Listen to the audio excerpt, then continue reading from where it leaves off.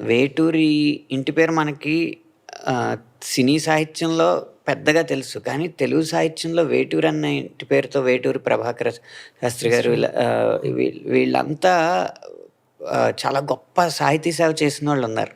Okay. ఆ నేపథ్యం గానీ, వాళ్ళకి అందిన జ్ఞానం గానీ, ఆయన చేసిన జర్నలిస్ట్ వృత్తి గానీ, అన్నీ కలగలిసి ఆయన్ని అలా తయారు చేసి సీతారామ శాస్త్రి గారు, సివి యోగి గారి అబ్బాయి, తర్వాత కొంత ఆర్ఎస్ఎస్ బ్యాక్‌గ్రౌండ్. తర్వాత ఆయనకి దొరికిన కె. విశ్వనాథ్ గారు లాంటి డైరెక్టర్లు, దర్శకులు అలా ఆయన్ని అలా మౌల్డ్ చేసినాయనమాట. సీతారామ శాస్త్రి గారికి మిగతా లిరిసిస్టులకి ఉన్న తేడా ఏంటంటే, మంచి పాట ఒక లిరిసిస్ట్ రాస్తే ఆ పాట అలా వినాలనిపిస్తది. అంత మంచి పాటలు వినాలనిపిస్తది. సీతారామ శాస్త్రి గారి పాటలు వింటే ఇంత మంచి పాటలు మనం రాయాలనిపిస్తుంది.